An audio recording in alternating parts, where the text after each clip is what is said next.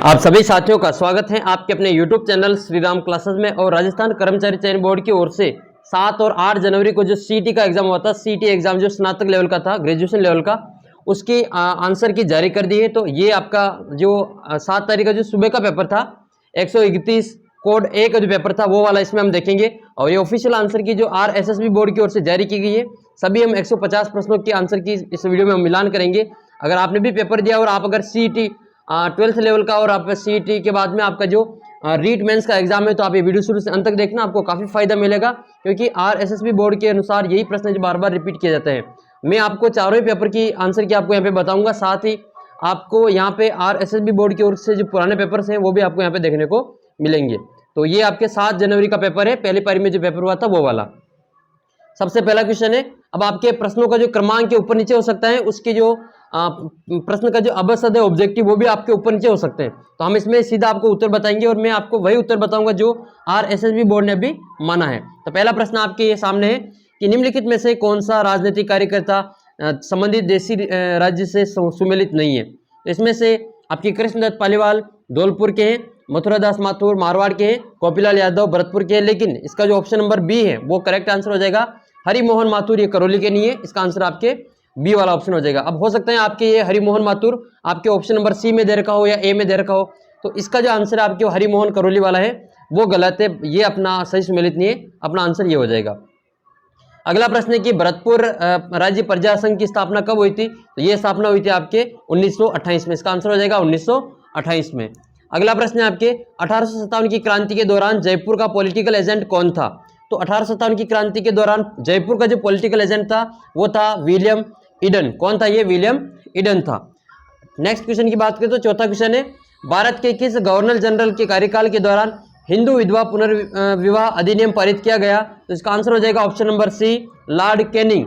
Lord Canning के समय में ये अधिनियम पारित हुआ था, इसका आंसर हो जाएगा तीसरा ऑप्शन। नेक्स्ट क्वेश्चन है 5 नंबर, 1818 ईस्वी में कंपनी की ओर से राजपूत राज्यों से संधि करने वाला अधिकारी कौन था। तो इसका जो सही आंसर है वो आपके होगा Charles Metcalfe. Option number D इसका करेक्ट आंसर है। अगला प्रश्न छठा कि हटुंडी अजमेर में गांधी आश्रम की स्थापना किसके द्वारा की गई थी। तो इसका जो करेक्ट आंसर आपके बी वाला ऑप्शन हो जाएगा, हरिभाऊ उपाध्याय के द्वारा अजमेर में हटुंडी में गांधी आश्रम की स्थापना की गई थी। नेक्स्ट क्वेश्चन है 7वां क्वेश्चन, विजय सिंह पथिक ने किस समाचार पत्र के माध्यम से बिजोलिया किसान आंदोलन का प्रचार पूरे भारत में कर दिया था। तो इसका जो करेक्ट आंसर आपको हो जाएगा प्रताप। तो विजय सिंह पथिक ने प्रताप नगर नामक जो समाचार पत्र के माध्यम से बिजोलिया किसान आंदोलन को पूरे भारत में प्रचारित किया था। अगला प्रश्न आपके 19वीं शताब्दी के उत्तरार्ध में, अच्छा आपको इसमें से कौन सा कथन सत्य है वो आपको बताना है कि 19वीं शताब्दी के उत्तरार्ध में मेवाड़ में देश हितैषणी सभा की स्थापना की गई थी। और इसका जो दूसरा ऑप्शन है इसमें आपके एक ही सभा का मुख्य उद्देश्य समाज सुधार करना था। तो इसका में जो कौन सा कथन सत्य है वो आपको बताना है। तो इसमें से दोनों ही कथन सत्य है, आपके ऑप्शन नंबर डी इसमें करेक्ट आंसर होगा। ये दोनों ही कथन इसके सही आंसर है, तो डी इसका बिल्कुल सही आंसर है, ऑप्शन नंबर डी। दोनों ही कथन इसमें सत्य हैं। नेक्स्ट क्वेश्चन है 9 नंबर क्वेश्चन है कि 1857 की क्रांति में अंग्रेज और जोधपुर राज्य की जो संयुक्त सेना है उसको किसने पराजित किया था। तो इसका आपका आंसर होगा ऑप्शन नंबर 1, ठाकुर कुशाल सिंह चंपावत ने किया था। ये अहुआ के ठाकुर थे, इसका आंसर हो जाएगा फर्स्ट ऑप्शन। अगला प्रश्न है 10वां, निम्न में से किसने ठिकानों में से किसने जो चमरी कर लगाया था। तो ये बिजोलिया किसान आंदोलन के समय लगाया गया था, इसका आंसर आपके ऑप्शन नंबर डी हो जाएगा। चमरी कर जो लगाया गया था वो बिजोलिया किसान आंदोलन में लगाया गया था। नेक्स्ट है 11वां क्वेश्चन है, महान सर किसके लिए प्रसिद्ध है। तो महान सर जो है आपके महान सर सोने की जो चित्रकारी उसके लिए प्रसिद्ध है, इसका आंसर हो जाएगा महान सर सोने की चित्रकारी। शिक्षा संत के रूप में प्रसिद्ध है स्वामी केशवानंद। इनका जन्म कहां पे हुआ था। तो इनका जो जन्म हुआ था वो मंगलूना गांव में हुआ था। सही आंसर आपके ऑप्शन नंबर 2 हो जाएगा। अगला प्रश्न है, भारतीय लोक कला मंडल संस्थान कहां पर स्थित है। तो भारतीय लोक कला मंडल संस्थान आपके उदयपुर में स्थित है, इसका आंसर आपके फर्स्ट ऑप्शन हो जाएगा उदयपुर। अगला प्रश्न 14 नंबर, कार्तिक महीने में चंद्रभागा पशु मेला राजस्थान के किस स्थान पर आयोजित होता है। इनमें से किस स्थान पर चंद्रभागा पशु मेला आयोजित होता है। 2 ऑप्शन आपके कंफ्यूजन वाले हैं इसमें, झालावाड़ और झालरापाटन, लेकिन झालावाड़ के भी झालरापाटन नामक स्थान पे ये मेला आयोजित होता है, तो इसका option number B correct answer होगा झालरापाटन। अगला प्रश्न है 15 नंबर, चित्तौड़गढ़ स्थित विजय स्तंभ का पर जो पहला स्मारक है जिस पर डाक टिकट जारी किया गया था, तो वह कब जारी किया गया था। इसका ऑप्शन नंबर आपके बी इसमें सही है। 15 अगस्त 1949 को ये डाक टिकट जारी हुआ था विजय स्तंभ पर। विजय स्तंभ जो कि आपके 9 मंजिला है, महाराणा कुंभा के द्वारा निर्मित है। नेक्स्ट क्वेश्चन है, अकबर द्वारा जो निर्मित शुक्र तालाब है वो किस किले में स्थित है? अकबर के द्वारा शुक्र तालाब कहाँ बनाया गया था? तो ये नागौर में बनाया गया था। जब नागौर में 1570 का नागौर दरबार लगा था अकबर के द्वारा, तो उस समय ये नागौर दरबार के बाद में वहां पे बनाया गया था नागौर में। आंसर हो जाएगा आपके नागौर। लोधरवा किसके लिए प्रसिद्ध है? तो लोधरवा जेएनयू के लिए प्रसिद्ध है। लोधरवा जेएनयू के लिए प्रसिद्ध है।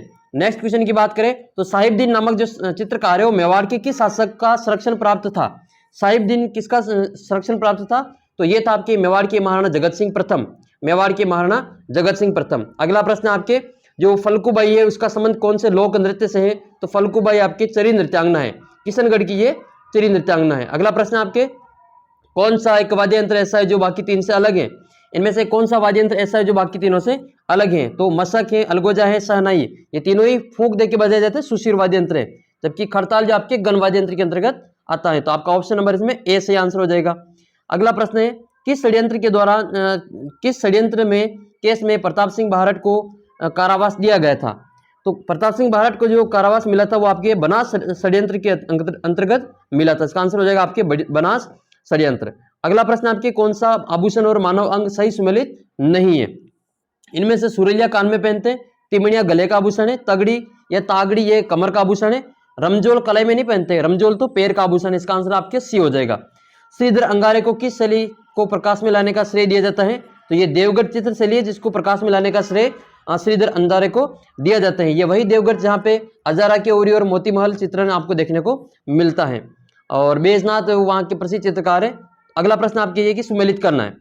कुलदेवी और संबंधित जाति, करणी माता ये चारणों की कुलदेवी है, और सकराय माता ये खंडेल वालों की कुलदेवी है, आई माता ये सिरवी जाति की कुलदेवी है, और नारायणी माता आपके नाई जाति की कुलदेवी है। अब आपको एक प्रश्न का उत्तर कमेंट करना है, इन चारों लोक देवियों में से किस देवी के मंदिर में उनके दीपक से केसर टपकती हैं? चार ऑप्शन ये चारों आपके सामने हैं। आप इसका उत्तर कमेंट करके बताना कि कौन सी देवी के मंदिर में उनके दीपक से केसर टपकती हैं। इसका उत्तर आप कमेंट करके जरूर बताना। 25 नंबर क्वेश्चन आपके सामने है, बातारी फुलवारी कितने खंड में विभक्त है? तो बातारी फुलवारी आपके 14 खंडों में विभक्त है। इसका आंसर हो जाएगा 14। बातारी फुलवारी ये बीजी के द्वारा लिखित है, आप सभी को पता होगा, ठीक है, बीजी के द्वारा लिखित है, विजय दान देथा के द्वारा लिखित है बातारी फुलवारी। अगला प्रश्न है 26 नंबर। 26 नंबर है कि गोविंद देव मंदिर जयपुर में और मदन मोहन मंदिर करौली में, इन दोनों का संबंध कौन से संप्रदाय से है? तो ये गोंडी संप्रदाय से संबंधित है। इसका ऑप्शन नंबर डी इसमें करेक्ट आंसर होगा। 27 नंबर क्वेश्चन है, केसरी सिंह बाहरट ने चेतावनी रा चुंगट्या किसको संबोधित करके लिखा था? तो ये जो दिल्ली दरबार लगा था उसमें जा रहे थे ये महाराणा फतेह सिंह जी, उनको रोकने के लिए चेतावनी रा चुंगट्या जो 13 छोटे लिख के उनको भेंट किए थे, उनको दिए थे, उनका स्वाभिमान वापस जगाया था। अगला प्रश्न है 28 नंबर, जोधपुर का महामंदिर उपासना स्थल है। तो ये नाथ संप्रदाय का उपासना स्थल है। जो जोधपुर के महाराजा हुए मान सिंह, उन्होंने इसका निर्माण करवाया था। इसके अलावा आपको जालोर का जो सीरे मंदिर है वो भी आपके इसी संप्रदाय से संबंधित है। बडार क्या है? तो बडार आपके विवाह का एक भोज्य होता है। इसका आंसर हो जाएगा विवाह पर आयोजित एक भोज होता है। अगला प्रश्न आपके, निम्नलिखित में से कौन सा सही सुमेलित नहीं है? तो हमीर महाकाव्य का नयनचंद्र सूरी है, वंश भास्कर ये सूर्यमल मिश्रण का है, और कुवलयमाला उद्योतन सूरी का है। पृथ्वीराज विजय, इसमें कंफ्यूजन कर दिया आपको, पृथ्वीराज विजय ये जयानक का है, जबकि चंद्रबाई ने तो पृथ्वीराज रासो लिखा था। तो इसमें से आपसे ऑप्शन नंबर आपके 4 है वो असुमेलित है, बाकी ही सुमेलित है। अगला प्रश्न है, मुक्ति नामक कविता संग्रह किसकी है? तो ये मिठेश निर्मोही की है, मुक्ति नामक कविता। इसका आंसर हो जाएगा 31 में बी। अगला प्रश्न आपके, भील जनजाति के पुरुष कमर पर जो वस्त्र लपेटा जाता है उसको क्या कहते हैं? तो उसको कहा जाता है खोइतू। क्या कहते हैं उसको? खोइतू कहा जाता है। और जो महिलाएं घाघरा पहनती है कछाबू, उसको कछाबू कहते हैं। पोत्या पगड़ी को कहते हैं पोत्या, सिर पे जो बांधा जाता है वस्त्र उसको पोत्या कहते हैं। 4 हाथों वाले लोक देवता किसको कहा जाता है? तो वीर कल्लाजी राठौड़ को 4 हाथों वाले लोक देवता कहा जाता है। अगला प्रश्न आपके है, सांप्रदायिक सौहार्द के प्रतीक काजी हमीदुद्दीन नागौरी किस सूफी सिलसिले से संबंधित हैं?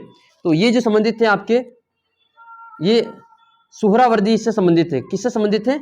सुहरावर्दी से। इसका आंसर हो जाएगा आपके सुहरावर्दी। अब यही क्वेश्चन पहले भी पूछा था, ये सेम क्वेश्चन है जो RSSB बोर्ड ने पहले पूछा था, उसमें इसका उत्तर चिश्ती मान रखा है। अब इस प्रश्न में इसका उत्तर है जो सुहरावर्दी माना है। अब देखते हैं इसका उत्तर वापस क्या चेंज होता है या फिर यही मानते हैं। नेक्स्ट क्वेश्चन है, मलिक शाह की मस्जिद कहाँ पे स्थित है? तो 35 नंबर क्वेश्चन का आंसर हो जाएगा आपके जालोर। मलिक शाह की जो मस्जिद है आपके जालोर जिले में स्थित है। अगला प्रश्न देखिए 36 नंबर, यदि भारतीय मानक समय IST को निर्धारित करने वाली देशांतर रेखा को प्रधान देशांतर का दर्जा दिया जाए तो अंतर्राष्ट्रीय तिथि रेखा का जो देशांतर है वो क्या होगा? तो इसका आंसर हो जाएगा आपके 97 डिग्री 30 मिनट पूर्वी देशांतर। आपके ऑप्शन नंबर बी इसमें सही आंसर होगा। 37 नंबर क्वेश्चन है, भारत में शुष्क क्षेत्र कृषि की जाती है, तो कौन से वर्षा में इसमें शुष्क कृषि की जाती है? तो ये की जाती है आपके 35 से 75 सेंटीमीटर वार्षिक वर्षा के क्षेत्र में शुष्क क्षेत्र कृषि की जाती है। अगला प्रश्न है आपके 38 नंबर, भारत को 15 कृषि जलवायु प्रदेशों में विभक्त किया गया, तो ये किसके द्वारा किया गया था? तो ये किया गया था योजना आयोग के द्वारा। इसका ऑप्शन नंबर ए बिल्कुल सही आंसर है। अगला प्रश्न आपके, भारत की प्रथम जैतून रिफाइनरी राजस्थान के में कहाँ स्थापित की गई? तो जैतून रिफाइनरी की बात हो रही, ओलिव रिफाइनरी है ना, ओलिव रिफाइनरी, तो ये आपके स्थापित की गई थी लूणकरणसर बीकानेर में। ये वही लूणकरणसर बीकानेर है जिसको राजस्थान का राजपुर कहा जाता है मूंगफली उत्पादन के कारण। नेक्स्ट क्वेश्चन है आपके 40 नंबर, भारत में सर्वाधिक रागी उत्पादक राज्य कौन सा है? तो सबसे ज्यादा जो रागी उत्पादित की जाती है वो कर्नाटक के द्वारा की जाती है। नेक्स्ट क्वेश्चन है 41 नंबर, स्थानांतरित कृषि और स्व क्षेत्र में कौन सा सुमेलित नहीं है? इनमें से पोन्नम केरल की है, पोंडू आंध्र प्रदेश ओडिशा की है, जूम असम की है, ये कुमारी मध्य प्रदेश की नहीं है। तो इसका आंसर आपके कुमारी मध्य प्रदेश होगा। अगला प्रश्न है, पाक स्टेट अवस्थित है, तो पाक स्टेट ये कहाँ पे स्थित है? ये भारत और श्रीलंका के बीच में स्थित है। पाक जल डमरू मध्य इसको कहा जाता है, भारत और श्रीलंका के मध्य की सीमा को। इसका आंसर हो जाएगा आपके ऑप्शन नंबर डी, भारत और श्रीलंका। नेक्स्ट क्वेश्चन है, सतपुड़ा श्रृंखला का भाग नहीं है, इनमें से कौन सी पहाड़ियां सतपुड़ा का भाग नहीं है? तो इसमें से जो बारनेर है वो सतपुड़ा का भाग नहीं है, बाकी राजपीपला, महादेव, मैकाल, ये तीनों ही आपके सतपुड़ा श्रृंखला की भाग हैं। अगला प्रश्न है, राजस्थान के किस राज्य में कुल क्षेत्रफल के वनों का प्रतिशत सर्वाधिक है? कुल क्षेत्रफल में वनों का क्षेत्रफल सर्वाधिक है, तो यह आपके मिजोरम में सर्वाधिक है। अगला प्रश्न है कि शिव समुद्रम जलप्रपात किस नदी पर अवस्थित है? तो यह आपके कावेरी नदी पर स्थित है। नेक्स्ट क्वेश्चन है कि राजस्थान के किन जिलों के समूह में कच्छारी मृदा पाई जाती है? तो राजस्थान के जो आपका कोटा बूंदी वाला इलाका है, हाड़ौती वाला, वहां पर कच्छारी मृदा पाई जाती है। इसका आंसर हो जाएगा आपके option number C. Next question है 47 नंबर, जनगणना 2011 के अनुसार राजस्थान में लिंगानुपात कितना है? तो इसका आंसर है आपके राष्ट्रीय औसत से 15 बिंदु कम, जो राष्ट्रीय औसत है उससे 15 बिंदु कम है।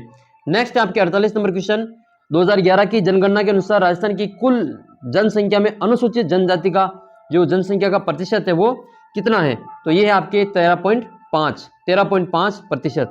इसरदा बांध परियोजना किन जिलों में निर्मित है? तो इसरदा बांध जो परियोजना है वो आपके टोंक और सवाई माधोपुर जिले में निर्मित है। इसका आंसर हो जाएगा टोंक और सवाई माधोपुर।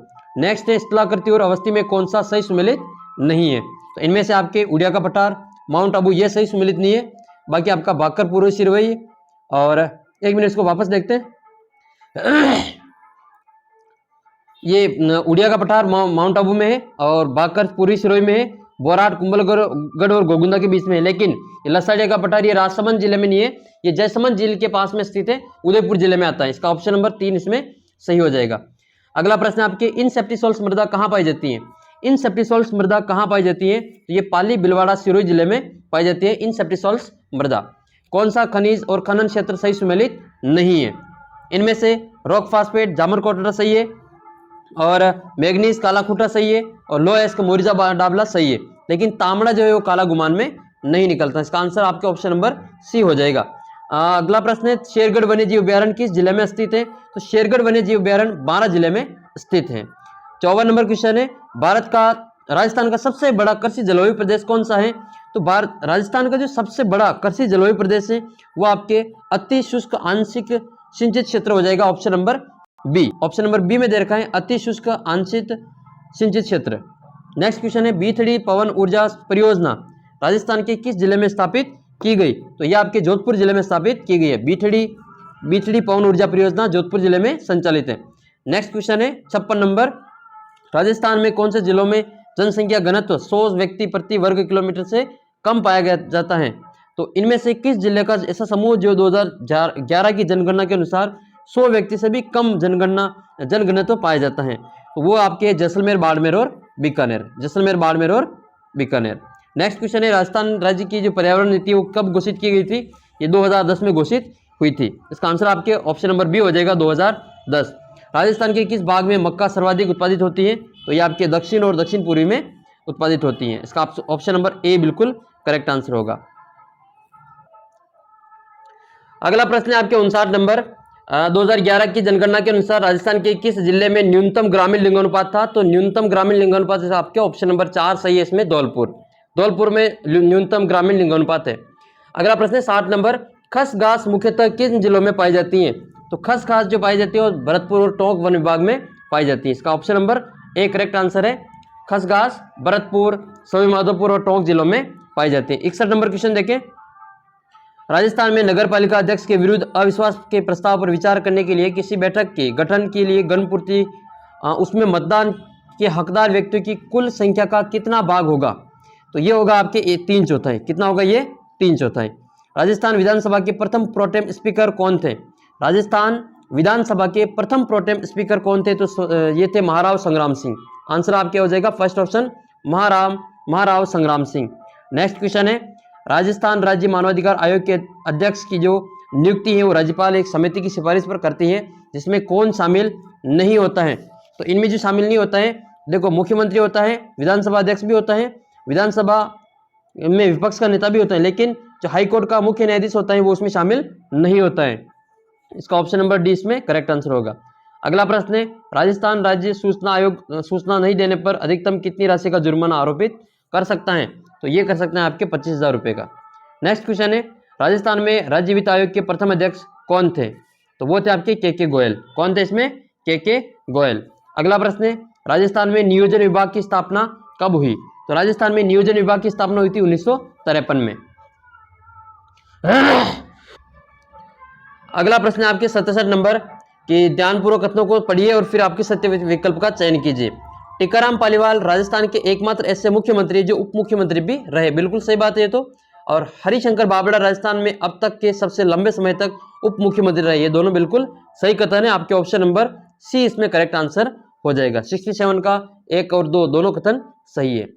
राजस्थान लोक सेवा गारंटी अधिनियम 2011 के अंतर्गत प्रथम अपीलीय प्राधिकारी के निर्णय के विरुद्ध कितने दिनों में द्वितीय अपीलीय प्राधिकारी का अपील की जा सकती है? तो ये की जा सकती है 60 दिन में। आंसर हो जाएगा इसमें 60 दिन। अगला प्रश्न आपके 69 नंबर है कि राजस्थान के राज्यपाल पदेन कुलाधिपति होते हैं। तो ये पदेन कुलाधिपति जो होते हैं वो होते हैं आपके राजस्थान के समस्त विश्वविद्यालय के। ऑप्शन नंबर सी इसमें करेक्ट आंसर होगा।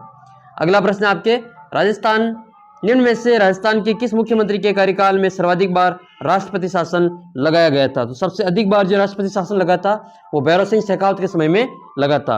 निपुण भारत मिशन का क्रियान्वित किया जा रहा है, ये किसके द्वारा किया जा रहा है? तो ये आपके शिक्षा मंत्रालय के द्वारा किया जा रहा है। अगला प्रश्न है 72। 1 रुपए के नोट पर किसके हस्ताक्षर होते हैं? तो 1 रुपए के नोट पर आपके जो वित्त मंत्रालय का वित्त सचिव होता है उसके हस्ताक्षर होते हैं। ई श्रम पोर्टल का उद्देश्य क्या है? ई श्रम पोर्टल का उद्देश्य है असंगठित जो कामगार हैं उनको एक राष्ट्रीय डेटाबेस बनाना। जो भी असंगठित कामगार हैं उनका सभी का एक राष्ट्रीय डेटाबेस तैयार करना ई श्रम पोर्टल का उद्देश्य है। 15वें वित्त आयोग के अध्यक्ष कौन है? तो 15वें वित्त आयोग के अध्यक्ष है एन के सिंह। कौन है इसमें? एन के सिंह। फिर आपके अगला प्रश्न है 75 नंबर कि राष्ट्रीय केसर मिशन निम्नलिखित में से किसकी उप योजना के रूप में लॉन्च किया गया है? तो ये आपके लॉन्च किया गया था राष्ट्रीय कृषि विकास योजना में। अगला प्रश्न है 76 नंबर।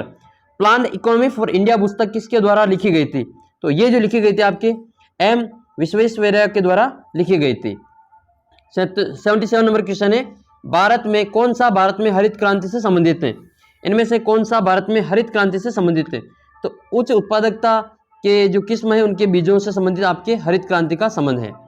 अगला प्रश्न है बहुआयामी गरीबी सूचकांक का जो अवधारणा है वो किस वर्ष शुरू की गई थी? तो ये शुरू की गई थी आपके 2010 में। नेक्स्ट क्वेश्चन है 79 नंबर कि केंद्रीय बैंक द्वारा कौन सी शाख नियंत्रण का परिमाणात्मक विधि है? केंद्रीय शाख द्वारा निम्न में से कौन सी शाख नियंत्रण की परिमाणात्मक विधि है? तो बैंक की दर इसका सही आंसर होगा।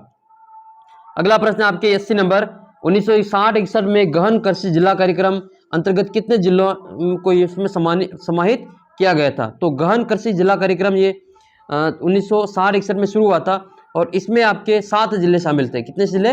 7 जिले। अगला प्रश्न है कि वर्तमान में राजस्थान में आर्थिक नियोजन के क्षेत्र की को किस प्रणाली को अपनाया जा रहा है? तो वर्तमान में आर्थिक नियोजन की प्रणाली को जिला स्तरीय आर्थिक प्रणाली में अपनाया जा रहा है। अगला प्रश्न है, मनरेगा की तर्ज पर राजस्थान के शहरी निकायों की सीमा में रहने वाले परिवारों को वित्तीय सहयोग के लिए कौन सी योजना लागू की गई है? तो ये आपके इंदिरा गांधी शहरी रोजगार गारंटी योजना, ऑप्शन नंबर 3 इसका सही आंसर है।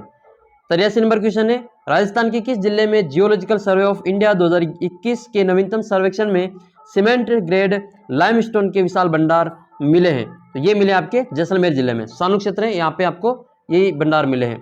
अगला प्रश्न है 84 नंबर, सही सुमेलित करना इनको। तो अजरक प्रिंट कहाँ की है? ये सबसे पहले बात कर लेते हैं मसूरिया, ये आपके जोधपुर में, मसूरिया जोधपुर में, यानी कि 4 में 2, ऑप्शन नंबर आपके डी सही है इसमें, पहले में 3, यानी कि अजरक प्रिंट, ये है आपके बालोतरा की। इसको हम वापस देखते हैं, इस 84 नंबर क्वेश्चन को सही सुमेलित करना है। इसमें देखो अजरक प्रिंट ये बाड़मेर की है, और पावरलूम है ये आपके बालोतरा की है, और मोटला जो है आपके वो आती है जोधपुर की, जबकि मसूरिया जो साड़ी है वो कैथून कोटा की प्रसिद्ध है। तो आपके ऑप्शन नंबर इसमें 3 सही हो जाएगा, सी। अगला प्रश्न है, कौन सा सिंचाई परियोजना और जिला सही सुमेलित नहीं है? इनमें से कौन सा सिंचाई परियोजना और जिला सही सुमेलित नहीं है? तो सावन भादो कोटा का है, सोम कागदर उदयपुर का है, सोम कमलांबा डूंगरपुर का है, परवन लिफ्ट परियोजना ये आपके जयपुर की संबंधित नहीं, इसका ऑप्शन नंबर सी सही होगा। अगला प्रश्न है आपके बोर BHOR कार्यक्रम जो कि पुलिस आयुक्तालय जयपुर के समन्वय में चलाया जा रहा है, वो किससे संबंधित है? तो ये तो आपके भिक्षुकों के पुनर्वास से संबंधित है। 86 का option number B correct answer है, भिक्षुकों का पुनर्वास इसमें किया जा रहा है। मूंगफली के उत्पादन में राजस्थान का भारत में कौन सा स्थान है? तो मूंगफली के उत्पादन में भारत में राजस्थान का दूसरा स्थान है, पहला स्थान आता है गुजरात का। अगला प्रश्न है 88 नंबर, राजस्थान में संचालित सूखा संभावित क्षेत्र कार्यक्रम DPAP की जो वित्तीय व्यवस्था है उसमें केंद्र और राज्य का हिस्सा कितना है? तो यह आपके 75-25 का, कितना है? 75-25 का। राजस्थान में प्रथम सीमेंट का कारखाना कहाँ स्थापित किया गया? तो यह आपके क्लिक डिक्सन कंपनी के द्वारा लाखेरी बूंदी में स्थापित किया गया था। अगला प्रश्न है आपके कि कौन सा जिला है जो इंदिरा गांधी नहर परियोजना का लाभान्वित जिला नहीं है? तो इनमें से जो पाली जिला ऐसा है जो कि इंदिरा गांधी नहर परियोजना से लाभान्वित नहीं है। नागौर, सीकर और जोधपुर ये तीनों ही जिले लाभान्वित हैं। अगला प्रश्न है 91 नंबर क्वेश्चन, खबरों में रहा है अभी हाल ही में परख, वो किससे संबंधित है? तो परख जो संबंधित है आपके शिक्षा से संबंधित है, परख शिक्षा से संबंधित है। नेक्स्ट क्वेश्चन है, अडानी हाइब्रिड एनर्जी की सहायक कंपनी ने किस स्थान पर भारत का पहला पवन सौर हाइब्रिड पावर प्लांट स्थापित किया है? तो इसका ऑप्शन नंबर आपके डी करेक्ट होगा, जैसलमेर में, ये जैसलमेर में स्थापित किया गया था। नेक्स्ट क्वेश्चन है 93 नंबर, इसमें आपके कह रहा है कि कौन सा कथन सत्य है? इसमें यह है कि 6 अगस्त 2022 को जगदीप धनखड़ ने भारत के 14वें उपराष्ट्रपति के रूप में शपथ ली। अब ये थोड़ी डेट में कन्फ्यूजन थी पहले कि ये पहले 11 बता रहे थे, अब ये 6 अगस्त है। और जगदीप धनखड़ का संबंध झुंझुनू से है और राजस्थान में दूसरे उपराष्ट्रपति बनने वाले व्यक्ति हैं, और लोकसभा और राज्यसभा दोनों ही अपने राजस्थान के ही है, दोनों ही अध्यक्ष अपने राजस्थान के ही है। इसके अलावा ये जगदीप धनखड़ लोकसभा सांसद रहे, राजस्थान विधानसभा में सदस्य रहे और पश्चिम बंगाल के राज्यपाल भी रहे। तो बिल्कुल चारों ही कथन इसमें सत्य हैं। अगला प्रश्न है, वर्तमान में संयुक्त राष्ट्र संघ के महासचिव कौन है? तो संयुक्त राष्ट्र सचिव की बात हो रही थी एंटोनियो गुतेरस, इसका आंसर हो जाएगा फर्स्ट ऑप्शन। संयुक्त राष्ट्र संघ के जो महासचिव है वह है एंटोनियो गुतेरस।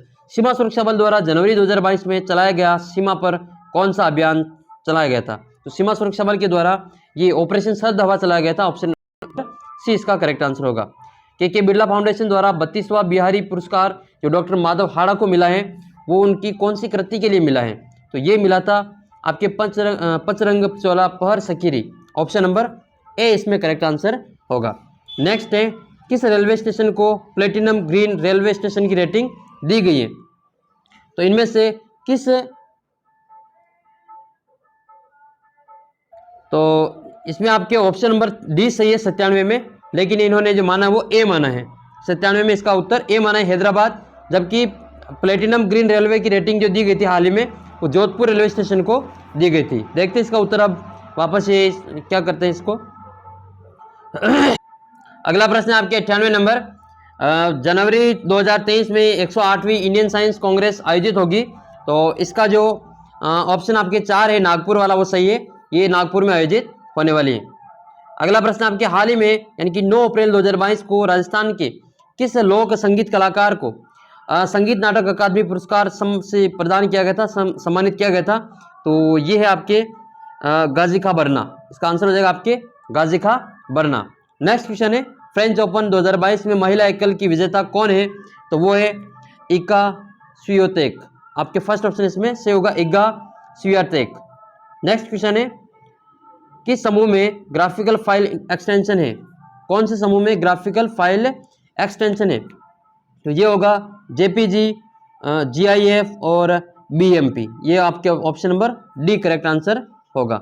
अगला प्रश्न है आपको इसमें मिलान करना है स्तंभ 1 को स्तंभ 2 से, जिसमें आपको दे रखा है इसमें कि बार कोड है, वो बार कोड आपके डिजिटल जो स्टोर होता है, बार कोड डिजिटल जो स्टोर होता है उसकी लेवल को संबंधित है। ये ओएमआर जो होता है वो आपके जो वस्तुनिष्ठ परीक्षा की, जैसे ये भी ओएमआर में बढ़ते हैं, वो वाले ओएमआर वस्तुनिष्ठ प्रकार की परीक्षाओं के लिए किया जाता है।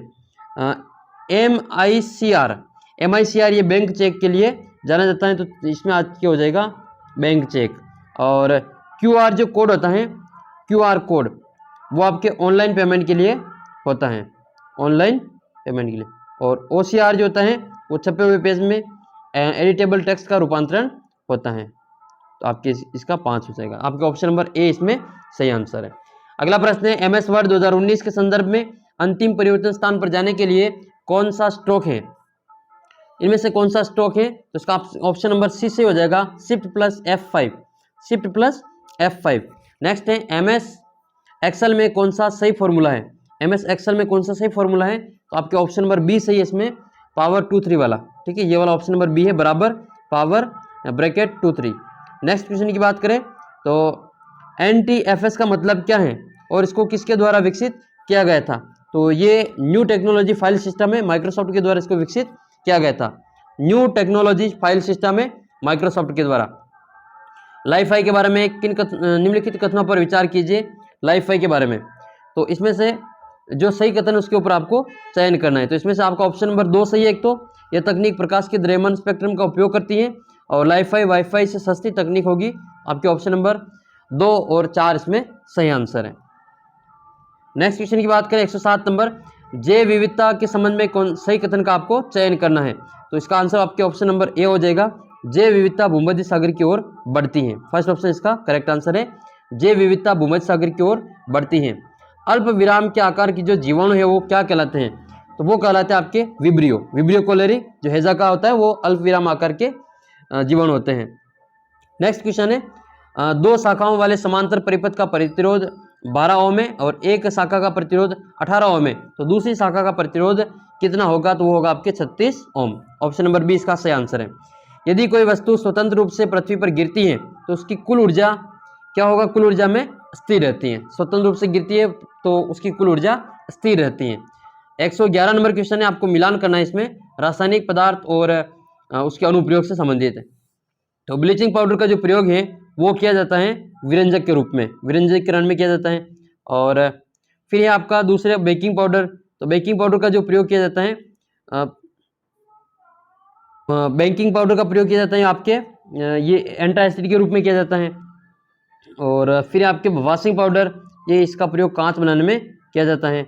और सोडियम क्लोराइड हाइड्रोजन और क्लोरीन के उत्पादन में किया जाता है। ऑप्शन नंबर ए इसका ऑप्शन नंबर जो डी है वो उसमें सही आंसर होगा।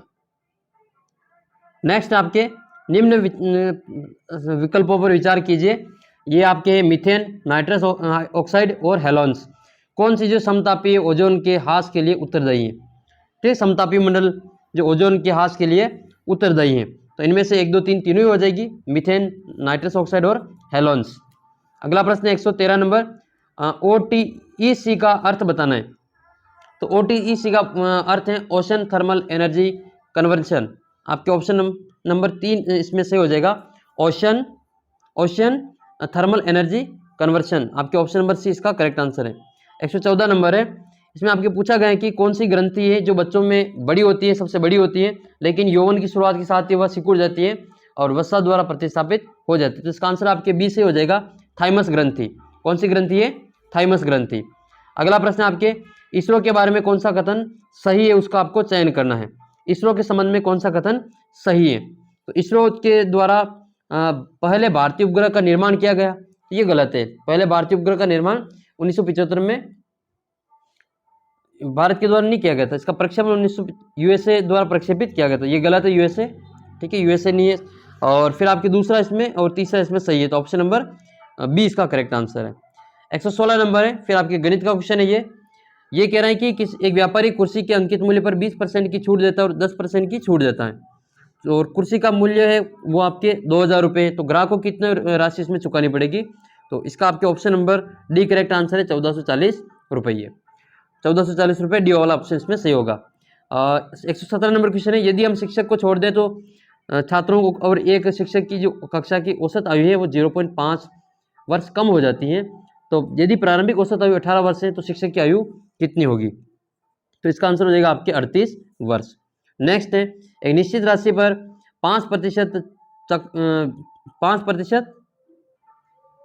एक निश्चित राशि पर 5% की दर से 2 वर्षों का साधारण ब्याज दे रखा है और चक्रवृद्धि ब्याज का अंतर दे रखा है 25 रुपये। तो इसमें आपको बताना है कि वो राशि कितनी है, तो वो राशि हो जाएगी आपके 10,000 रुपये। 2 उम्मीदवारों ने एक चुनाव लड़ा, उनमें से एक उम्मीदवार कुल डाले गए मतों के 65% मत को प्राप्त किया और 420 मतों से वो विजयी रहा। यदि कोई मत अमान्य घोषित नहीं हुआ तो कुल कितने मत डाले गए थे? इसका उत्तर हो जाएगा आपके ऑप्शन नंबर बी, टोटल जो मत पड़े थे वो आपके 1400 मत पड़े थे। नेक्स्ट क्वेश्चन है, यदि ए की आय बी की आय का 3/5 गुना है और सी की आय बी की आय का 6/5 गुना है, तो सी की आय का ए की आय से अनुपात क्या होगा? इसका आपके ऑप्शन नंबर बी सही है, 2:1। अगला प्रश्न आपके, यदि गई आकृति इनका आपको दर्पण प्रतिबिंब चुनना है, जो ए बी रेखा है दर्पण प्रतिबिंब है ये, इसमें आपको इसका दर्पण प्रतिबिंब बनाना है, तो इसका आपके ऑप्शन नंबर सी सही है, इसका जो ऑप्शन है सी वाला वो इसमें सही आंसर होगा। नेक्स्ट क्वेश्चन की बात करें, 122 नंबर है कि कथन और निष्कर्ष में आपको सही कथन का चयन करना है, तो आपके ऑप्शन नंबर जो बी है इसमें कि इसमें आपके ये गुणवत्ता का एक मूल्य टैग होता है और भारत शिक्षा के लिए बहुत सारा धन आवंटित कर रहा है, ये एक आपके कथन है। इसमें से आपको निष्कर्ष बताना है कि भारत में शिक्षा की गुणवत्ता बहुत ही जल्द सुधार होगा और अकेले वित्त पोषण शिक्षा की गुणवत्ता को बढ़ा सकता है, तो इनमें से कौन सा कथन सही है वो आपको बताना है। तो निष्कर्ष ये है कि केवल जो निष्कर्ष एक है वो अनुसरण इसका करता है। अगला प्रश्न है, कौन सा है जो पेड़ सागौन और सैलामांडर के बीच संबंध को प्रतिनिधित्व करता है? तो ये सागौन और पेड़ दोनों तो एक ही, मतलब ये पेड़ है और पेड़ के अंतर्गत ही सागवान आता है, और ये सैलामांडर जो होता है वो छिपकली जैसा जानवर होता है, तो ये इसमें अलग हो जाएगा, तो आपके ऑप्शन नंबर बी इसका करेक्ट आंसर होगा। अगला प्रश्न है, प्रश्नवाचक चिन्ह के स्थान पर जो कौन सा अक्षर ये शब्द समूह आएगा? तो इसमें आपके ऑप्शन नंबर ए सही हो जाएगा, ठीक है, WUSQ। नेक्स्ट क्वेश्चन है, ये राहुल बिंदु आर से चलना शुरू होता है, बिंदु टी के पश्चिम में 16 मीटर चलता है, तो इसका जो आंसर माना है वो आपके ऑप्शन नंबर सी है, 10 मीटर। अब इतना बड़ा प्रश्न है तो आप इसको पढ़ के इसका आंसर देख लेना। नेक्स्ट क्वेश्चन की बात करें तो 126 नंबर है, किसी सांकेतिक भाषा में यदि ट्रिपल को ये लिखा जाता है तो विक्ट्री को उसी भाषा में क्या लिखा जाएगा? तो उसको लिखा जाएगा ऑप्शन नंबर सी में, जो UJBUNSX, ये वाला ऑप्शन इसमें सही होगा। ए बी की बहन है, सी बी की माता है, डी सी का पिता है, ई डी की माता है, तो ए डी से किस प्रकार संबंधित है? इसका जो ऑप्शन नंबर सी है, पोत्री वाला, वो उसमें सही हो जाएगा, पोत्री, ठीक है, ग्रैंड डॉटर। अगला प्रश्न है, 21 पुरुषों की पंक्ति में मनीष को दाईं ओर से 4 स्थान सरकाया जाता है, अब वह जो बाईं छोर से 12वें स्थान पर है, पंक्ति में दाईं छोर से उसका पूर्व में स्थान क्या था? तो इसका आंसर है आपके ऑप्शन नंबर ए, यानी कि 14वें स्थान पे थे। ये गलत श्रृंखला आपको चयन करना है, इसमें से कौन सा जो शब्द है वो गलत दे रखा है, तो इनमें से जो आपका ऑप्शन नंबर डी है 260 वाला वो गलत है, बाकी तीनों ही सही है। इसमें आपको त्रिभुजों की संख्या बतानी है, इसमें कितने त्रिभुज है? तो इसमें आपके 16 त्रिभुज है। कितने त्रिभुज है? 16 त्रिभुज है।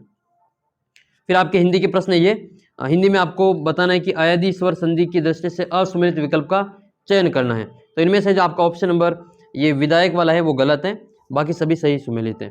व्यंजन वर्णों के संबंध में कौन सा विकल्प सही सुमेलित नहीं है? तो इनमें आपके जो फर्स्ट ऑप्शन है शलगम और षटकोण वाला, ये संघर्षहीन है, ये गलत है, बाकी तीनों ही सही सुमेलित है। नाटक के अंत में प्रयुक्त मांगलिक पद के लिए सार्थक शब्द कौन सा होगा? तो ये होगा आपके भरत वाक्य। क्या होगा? भरत वाक्य। 134 नंबर है, उपसर्ग और प्रत्यय दोनों का प्रयोग किस विकल्प में हुआ है? तो ये हुआ है आपके सेकंड ऑप्शन में, बी में, विचारणीय और पारिवारिक और औत्पत्तिक। बी ऑप्शन इसमें सही आंसर होगा। नेक्स्ट क्वेश्चन है 135 नंबर, शुद्ध वाक्य का चयन करना है। शुद्ध वाक्य में आपका डी ऑप्शन हो जाएगा, उसे परम सत्ता पर विश्वास है। एलोकेशन शब्द का हिंदी परिभाषिक शब्द कौन सा है?